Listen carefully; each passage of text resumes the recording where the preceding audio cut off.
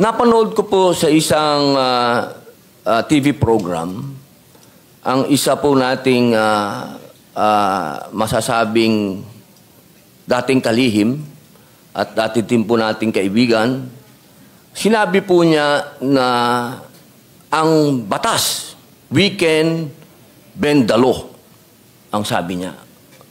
Ang tanong ko po, ako po kasi ay naniwala sa batas. Ako po ay 3 taon nakakulong. Pinabayaan ko po na I served my sentence dahil naniniwala po ako sa batas. Ang tanong ko po, pwede po ba yun?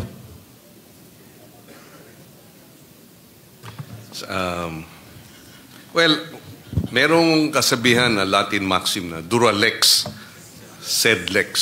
Diba? The law may be harsh, but it is the law. Ibig sabihin, masakit man, diba? Ang sinasabi ng batas, yan ang batas. At kung akong tatanungin, hindi maaaring baluktutin. Kasi Ben, baluktot. Opo. Kasi yun po yung napanood ko sa TV na pwede daw pong baluktutin na parang ruler. Opo.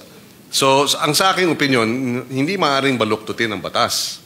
Ngayon, maaaring baka ang interpretasyon nila ay hindi naman nating, we are not breaking the law, we are only bending it.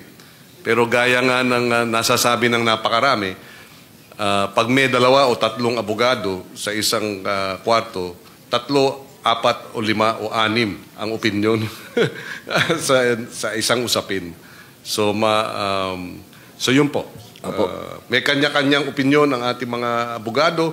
But of course, sa huling banda, ang final arbiter nga ng lahat ng interpretasyon ng batas ay ang ating mga korte. Opo. Sa mataas pong hukuman, hindi po. Hindi po pwede.